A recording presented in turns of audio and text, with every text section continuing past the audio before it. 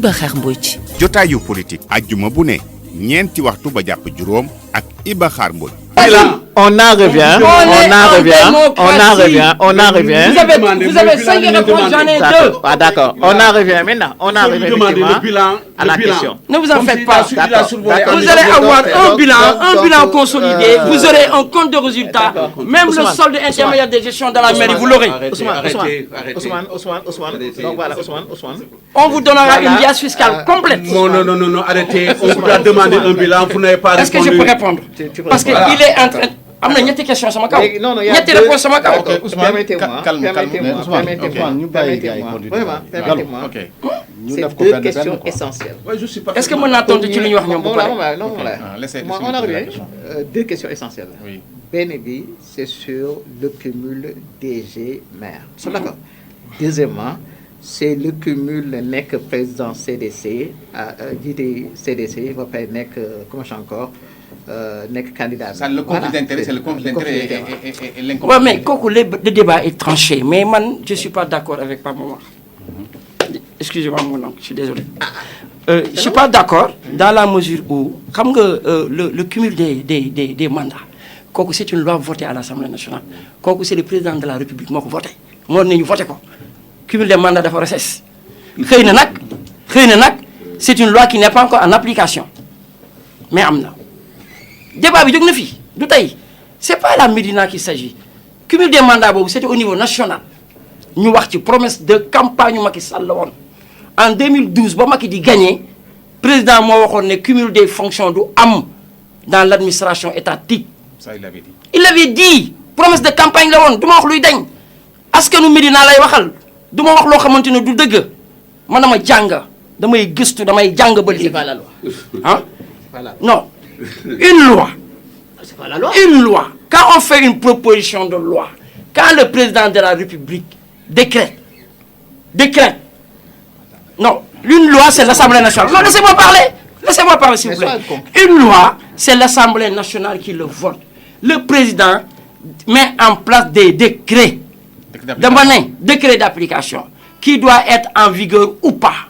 Est-ce que décret am na? Macky Sall suñu président ñun ñëpp moo ne promesse de campagne 2012 que ne bu jëlee réew mi cumul de fonction du fi am.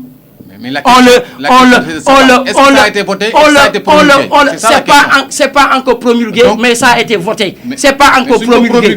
Comme beaucoup de lois au niveau du Sénégal, qu'on vote, et raison pour laquelle c'est le moment idéal. Non, c'est le moment idéal. Au moment où le Sénégal est confronté... Ousmane, non, ne pouvez pas laisser Gallo parler comme il veut.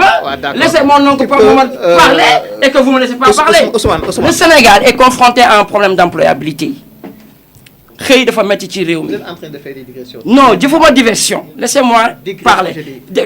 Mais la question, elle est précise. Mais elle est précise. Parce que Pape Momar dafa interpeller ci waxam. Oui. Gallo dafa interpeller ci waxam. Mais la démocratie veut que ngeen may ma tontu ci loolu. OK. Mais bu ma tontoo ci loolu bu pare après ma ñëw tontu ci seen question. D'accord. Dama ne cumul des passifs.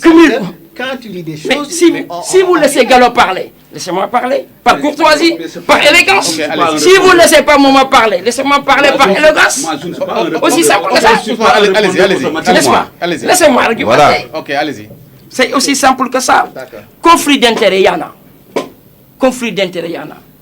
CDC Cheikh Ba mooy kilifa gi même si c'est pas lui le comptable qui gère parce que ku nekk ci société Pape Momar bu mu nekkee ci maire yi moo doon kilifa gi malgré que am nañ conseil municipal ci biir am nañ secrétariat général am nañ l'équipe du maire mais moom mooy kilifa gi parce que dafay génn bu fa génnee ci turam la le maire Bamba Fall lu mu wax c'est très simple dafa ne conflit d'intérêt bu ma déposer sama chèque à 24 heures ou 48 heures de la fermeture pour une raison lambda 15 millions francs CFA je mets 15 millions francs point je mets pas de CFA. Vous ne trouvez pas cela léger quand même? C'est pas léger en matière financière, rien n'est léger. Un chèque pour un virgule on le rejette, un chèque pour un accent on le rejette. C'est un banquier qui vous parle. J'ai fait 18 ans dans la haute finance bancaire. Pour chèque de banque lañ fa yóbbu pour rien du tout on rejette le chèque. Mën nañu téye chèque bi à 24 heures wala le jour J ñu rejeter chèque bi c'est là où on parle de conflit d'intérêt c'est là où on parle de problème bu ñu nax nit ñi. est-ce que gisoo ne waxam alarme da non dama ne bu ñu nax nit ñi li ma wax dafa leer chèque da nga koy bind mu am rature bu ndaw wala nga war a def accent defoo ko ci mu tëb du jàll la bu ñuy wax conflit d'intérêt foofu lañ koy waxee lu léger du am réalité moom mooy am Cheikh Ba mënul nekk le DG Cheikh Ahmed Tidiane Ba de la caisse des dépôts consignation doit démissionner de la CDC. Cheikh Ba ne doit laissez-moi parler soyez respectueux Gallo Thiam soyez respectueux laissez nit buy wax da nga koy bàyyi mu wax parce que booy wax dañ lay déglu. Le DG Cheikh Ahmed Tidiane Ba c'est trop léger ça. doit démissionner on dit pas que moom la ñu soxla ci moom la ñu soxla de c'est lui qui doit être là ñu gagné ko mais dafa war a démissionner warul nekk juge et partie parce que waroo di gérer CDC bu paree di déposer un chèque. li mën naa laaj. bien sûr mën naa laaj la question moo di seen exigence moo di mu démissionner. tu comprends est-ce que cette exigence am na une base légale. c'est-à-dire que est-ce que vous vous conformez vous basez sur la loi pour réclamer sa démission c'est clair. mais on parle d'éthique. mais on parle de morale. Au moment où au Sénégal. Mais c'est parce que mais on vous pose pas la question Gallo Thiam. Le maire on ne vous pose pas de questions. On ne vous pose pas de questions. Je pense que aujourd'hui, si on parle de cadre, si on parle de personnes ressources, si on parle de talent, si on parle de compétences, Bamba Fall entourage bi mu am ci coalition bu bees bii musu ko am maire musu ko am ci biir Médina ñun ay compétences la ñu affirmé dans la diaspora ñëw Sénégal confirmé tey jii suñu coalition bii je parle pas de la mairie parce que du suñu coalition suñu coalition bii war a yóbbu Bamba ci deuxième mandat c'est une expertise fine moo entouré suñu coordonnateur. Dans tous les domaines. Donc quand Gallo Thiam me parle de mal entourage, donc je dis que votre réponse est légère.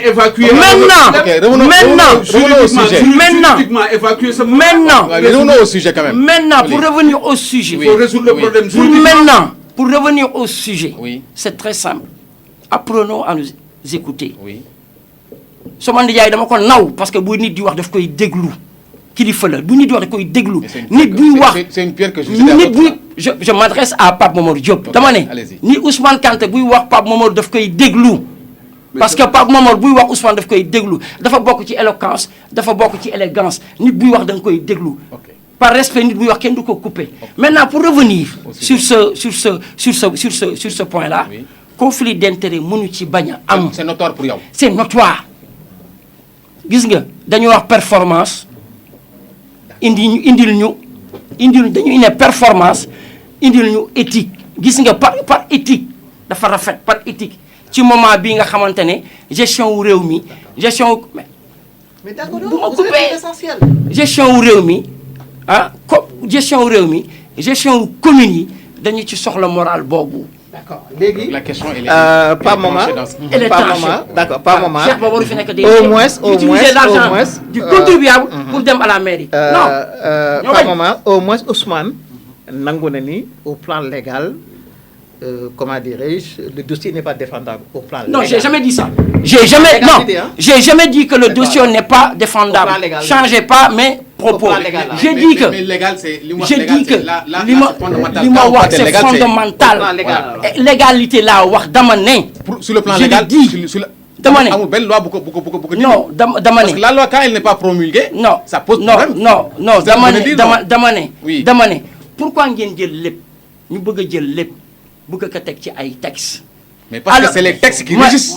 Mais il y a aussi ce qu'on appelle la réalité. Nga les textes bu fekkoon na ay textes la ñuy appliquer amul benn dëkk ci àdduna. Donc à quoi bon de faire les textes? Non, dama ne laissez-moi parler. Mais si les textes bu ñu ko appliquer à quoi ça sert dans non dama ne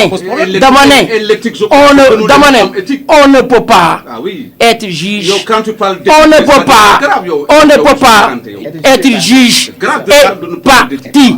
Cheikh Ahmed Tidiane Ba ci élection yi ñuy jëm mënul di encaisser suñuy caution bu pare encaisser caution moom bu pare bëgg a juger mënul ne Donc, je crois Nous gagnons. que Ousmane, je crois que j'ai pas travesti, dénaturé ses propos.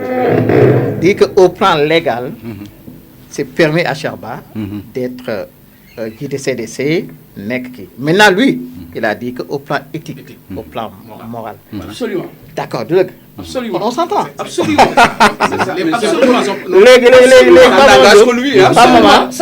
engage la population. D'accord. musulmane. Pas maman. Il y a On se au niveau de la Médina. D'accord. Il y a l'affection populaire au niveau de la Médina. Pas maman. Et tu me parles d'éthique, toi. Affection. Non. Il faut pas dire que l'éthique est éthique. Mais il y a le D'accord, on se comprend. D'accord. Mais tu perds toute la critique. D'accord, attendez ça. D'accord. Pas maman. Attendez, c'est déplorable, parce que les populations de la Médina nous écoutent, les habitants de la Médina. Donc, ayons de la tenue et de la retenue. Absolument. D'accord. Non, attends. On n'a pas besoin de cette cacophonie-là. Non. Pas maman. Au plan légal, donc c'est acceptable. Maintenant, au plan, comme nous l'avons Éthique et moral, d'accord. Est-ce que Cherba, à un moment, il avait dit que je suis prêt à démissionner. Mais là, je peux répondre.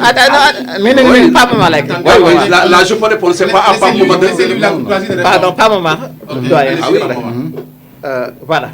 Est-ce que, comment dire, on peut être, disons, pour une question d'équilibre, pour une question d'équité, d'équité morale. Est-ce que garde nos monnaies comme le Baba Fall il y a fait, qu'il est jugé parti. Et surtout Baba Fall, il craint surtout que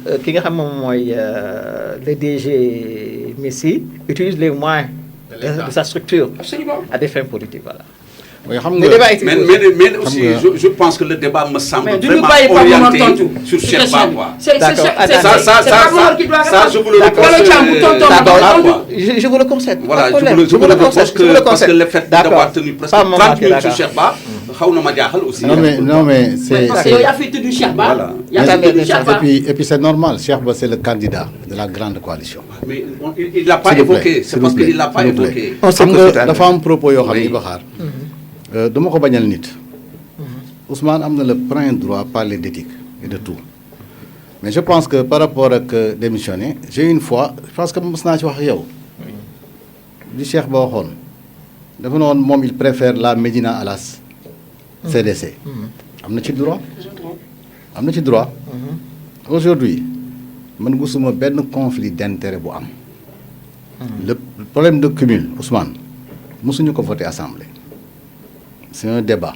On le pose depuis des années. Le président l'avait posé en 2012. Promesse de campagne du président. Non, mais attends. Le débat se pose. Et c'est très difficile. Effectivement, nous sommes tous ministre maire, DG maire, etc. Mais nous avons voté assemblée.